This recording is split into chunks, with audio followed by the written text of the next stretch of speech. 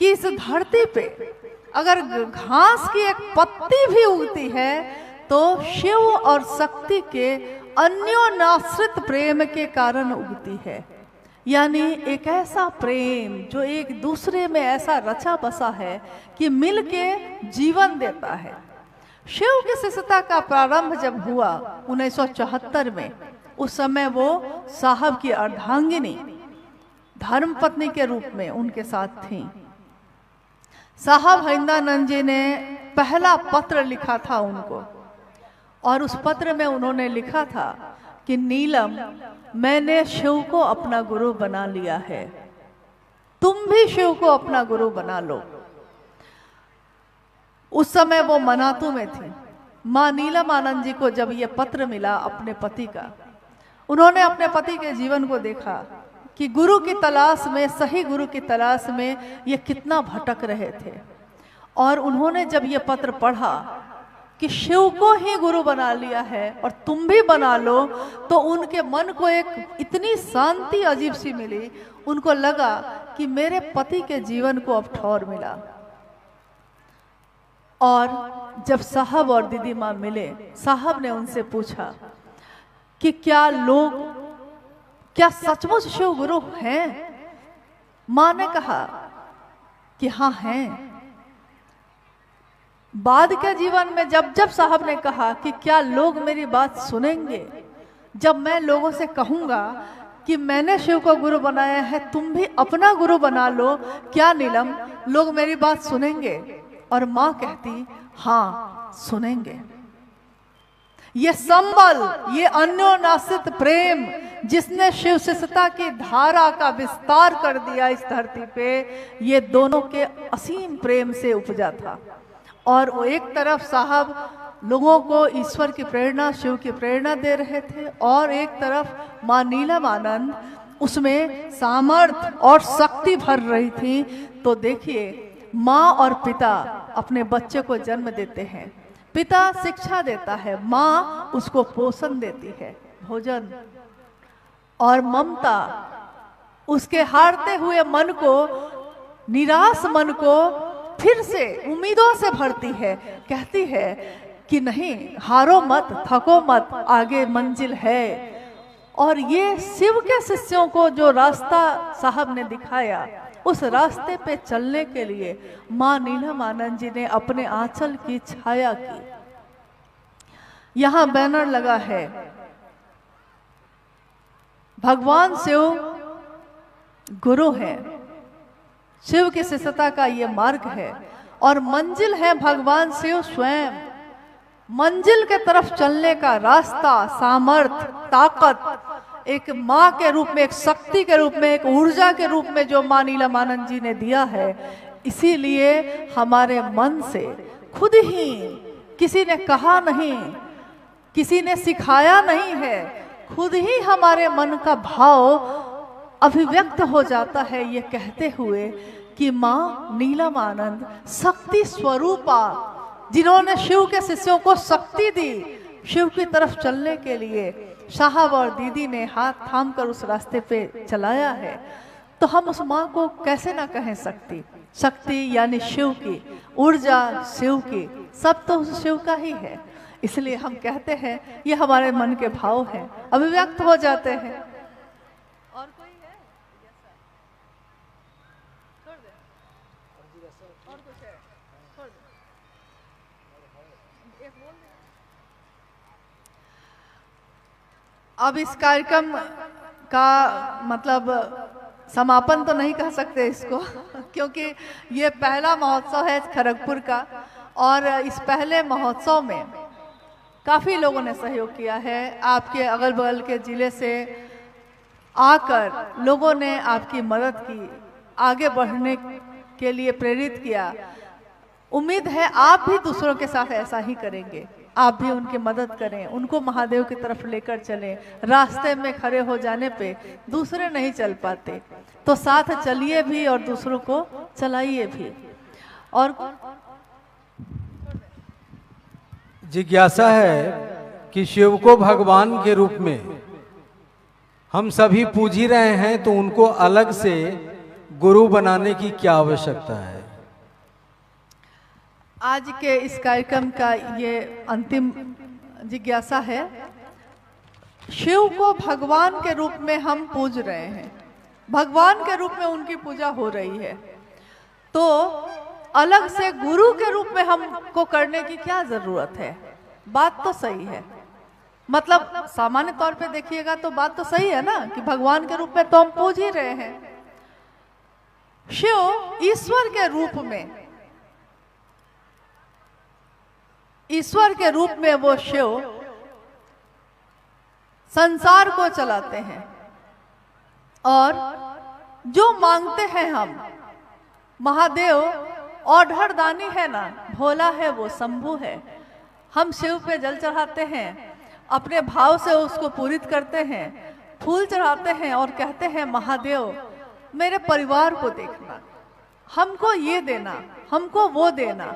ईश्वर के रूप में वो भावातीत सत्ता है, मतलब भाव से भी परे, जो मांगा है जिसने दे दिया है, विवेक नहीं रखा कि क्या क्या उसके लिए अच्छा होगा ये या नहीं होगा। जैसे सबसे प्रसिद्ध उदाहरण है इसमें रावण का।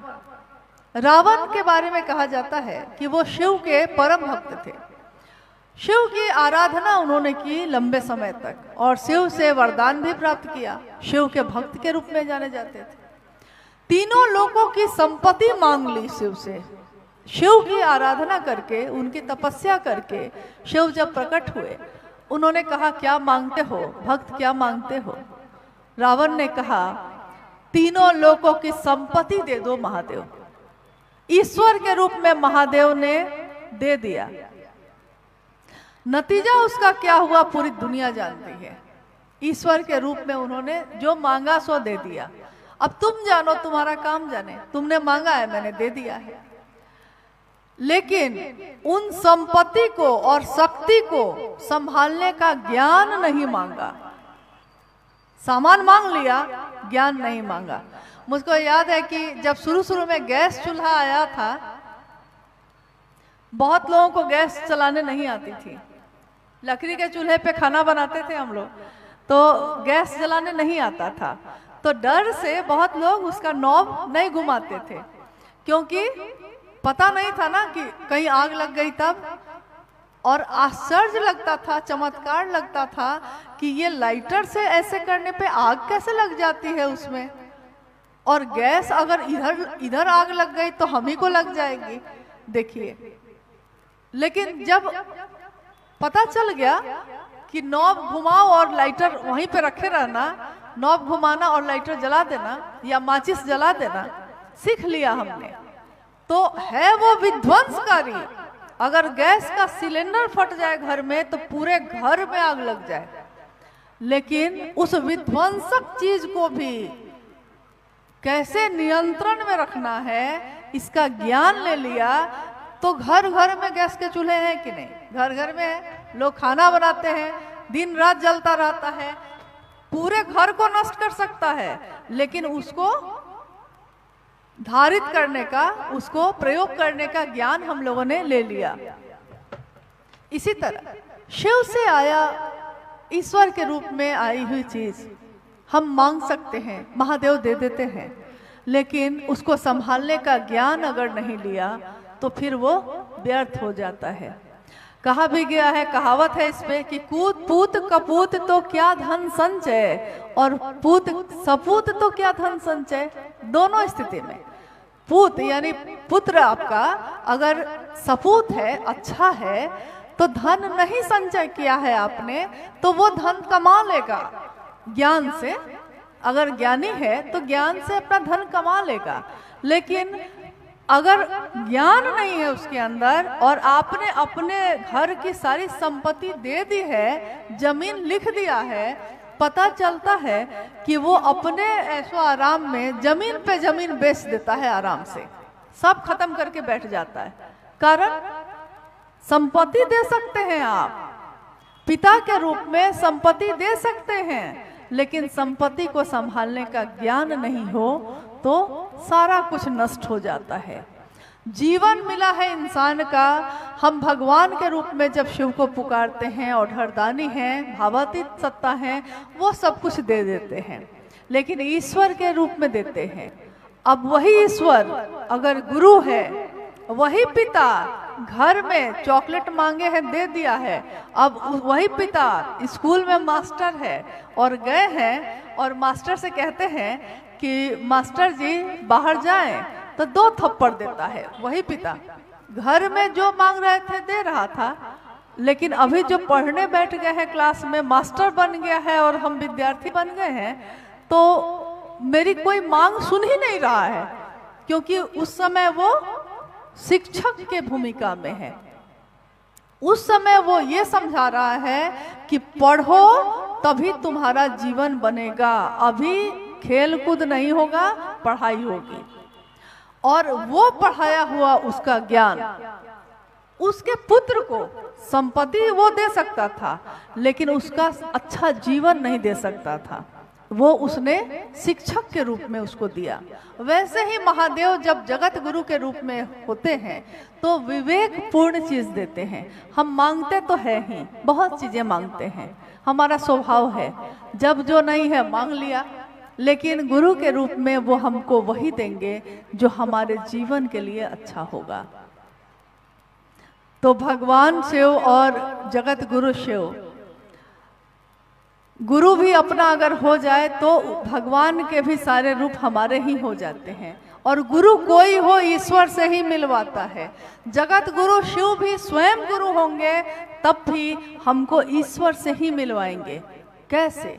हमारे मानसिक स्तर तक उतरकर, हम जिसमें समझ सकते हैं। एक बच्चा, हम बीए पढ़े हुए हैं, एक बच्चा बीए नहीं पढ़ा है, वो अभी पढ़ने बैठा है मेरे पास, तो उसको हम लाइन खींचकर बताते हैं कि बाबू लाइन को ऐसे खींचो, क लिखो, अ लिखो, ए लिखो। हम बहुत पढ़े हैं, बीए पास है, लेकिन वो बच्चा अभी आया है, तो उसके मानसिक स्तर पे उतरकर जो वो समझ सकता है, उस स्तर पे, उस नीचे तक उतरकर, और तब गुरु ज्ञान देने की जिम्मेवारी वहन करते हैं। हम जितना समझ सकते हैं उस स्तर पे उतरकर, वो अक्षय स्रोत शिव, उस स्तर पे उतरकर धीरे धीरे हमारे ज्ञान का परिमार्जन करते हैं, बढ़ाते हैं, और एक दिन हमारी समझ में ये आ जाता है कि कुछ भी यहाँ होता नहीं है, रहना नहीं देश वीराना है, यह जीवन कागज की पुरिया, बूंद परे खुल जाना है। यह जीवन चल रहा है, योजना पे योजना हम बना रहे हैं, संपत्ति पे संपत्ति हम इकट्ठी कर रहे हैं, लेकिन अगले ही पल क्या होगा इसका पता नहीं, अगले पल की खबर नहीं है, और योजना है सालों साल की। तो और चीजों के लिए तो हम योजना बना रहे हैं, लेकिन क्या महादेव के लिए भी हमने कोई योजना बनाई है? क्या इस जीवात्मा की यात्रा के लिए भी कोई योजना बनाई है? 70-80 साल के जीवन के लिए तो इतनी चीजें इकट्ठी कर ली, लेकिन हजारों साल की जो यात्रा है, हम इस जीवात्मा की जो मेरे अंदर है, हजारों साल की इस यात्रा के लिए हमने क्या सोचा है? तो हम सब शिव को अपना गुरु बनाए हैं, और लोगों को प्रेरित करें ताकि वो बनाएं, और अपने मन से, इसमें तो आपको कहीं जाने की भी जरूरत नहीं है, अपने मन से ही महादेव से दया मांगे। जहां मौका मिले चर्चा कर लीजिए, नमन कर लीजिए, जैसे आता है वैसे ही कर लीजिए। कोई भाषा, जिस भाषा में आपको आती है वही भाषा से कर लीजिए। नमः शिवाय से मन है नमः शिवाय से कर लीजिए, यानी प्रणाम कर लीजिए, और महादेव के लिए अपने मन में धीरे धीरे थोड़ा समर्पण, थोड़ी एक निष्ठता लाने की कोशिश करिए। हमारे चारों तरफ बहुत सारी चीजें दिख रही हैं, लेकिन एक जगह आप कहीं बैठ जाते हैं और आप ध्यान से उस पेड़ की एक पत्ती को देखने लगते हैं। यहाँ मैदान में बैठे हैं आप, चारों तरफ से गाड़ियां आ रही हैं, जा रही हैं, लोग आ रहे हैं, जा रहे हैं, लेकिन आप बैठे हुए धीरे धीरे चारों तरफ की चीजें दिखाई देती रहती हैं, लेकिन आप देखिएगा कि एक दिन आप बैठे हैं, उसी पत्ते को देख रहे हैं, उस पत्ते में एक बिंदु है, वो भी आपको दिखाई देने लगता है। यानी आपका मन जो पूरी तरफ बिखरा हुआ था, वो धीरे धीरे एक जगह जाके टिक जाता है, और वो जगह है महादेव। जगत रहेगा, चलेगा, सब कुछ होगा, लेकिन मेरा मन महादेव पे टिक जाए, इसकी कोशिश करें हम सब। आइए अब हम सब आप लोगों से विदा लेते हैं, और हम लोगों का ये आना, आपका इस कार्यक्रम को करना, ये महादेव की तरफ चलने में मददगार साबित हो, मदद करे हम सभी की। ऐसा आशीर्वाद हम सब अपने साहब और मां नीलम आनंद जी से मांगते हैं। ऐसी दया अपने गुरु शिव से मांगते हैं कि उनकी दया की बरसात होती ही रहे और हमारे मन प्राण उस दया की बारिश में भीगते ही रहें। तो अब हम लोग विदा लेते हैं, फिर मुलाकात होती रहेगी। महादेव की शिष्यता का फैलाव है, लोग मिलते ही रहेंगे, बिछड़ते ही रहेंगे, लेकिन महादेव मिल गया तो वो बिछड़ेगा नहीं। चलिए आप सभी के चरणों में हम सबका प्रणाम।